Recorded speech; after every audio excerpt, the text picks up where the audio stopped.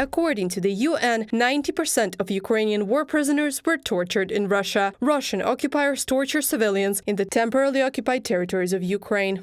Mass murders of Ukrainians, violence against women and children, the destruction of entire villages and towns, and the illegal deportation of tens of thousands of small Ukrainians. All these are signs of the genocide of the Ukrainian people. The Federation has actually legislated the dehumanization of Ukrainians, experts say.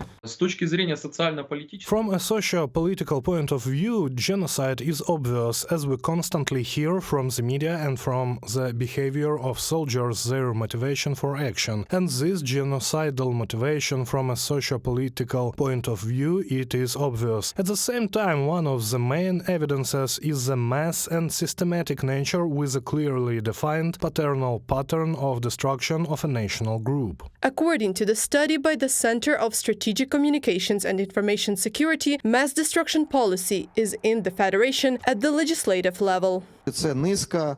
This is a series of blatantly discriminatory norms against Ukrainians, both Ukrainians in the occupied territories that Russia controls and Russian citizens of Ukrainian ethnic origin. In particular, it is forbidden to be members of public organizations in the Russian Federation that are associated with the Ukrainian diaspora, for example, abroad. They have lists of undesirable organizations, in particular the World Congress of Ukrainians. Following the Russian president, Kremlin propagandists are constantly indoctrinating Russians that Ukraine has no history of its own. They deny the very existence of the Ukrainian state and people. Putin and the Russian authorities in general do not recognize the existence of the Ukrainian people. They live within the imperial paradigm of a triune nation. And of course, it follows that if there is no Ukrainian people, there is no Ukrainian language, no Ukrainian identity. In fact, at the state level, they say that Ukrainians did not exist and should not exist. This is part of the genocidal policy. Even school history textbooks do not describe Ukrainians as a historically formed nation. Analysts say Russia's genocidal policy towards Ukraine has a long history.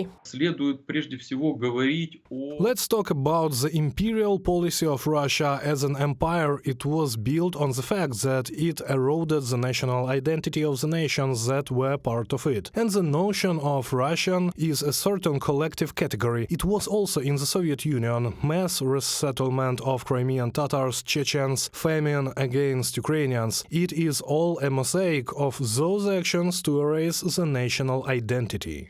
The Office of the Prosecutor General of Ukraine and international partners are collecting evidence of the genocide of the Ukrainian people. Earlier, the Prosecutor General of Ukraine said that the best legal experts were involved in this work, but the crime of genocide is one of the most difficult to prove. In international practice, only 2% have resulted in convictions. These are genocides in Rwanda, Bosnia and Srebrenica. Reported by Anastasia Tarnavskaya, Yulia Hranovskaya, UATV News.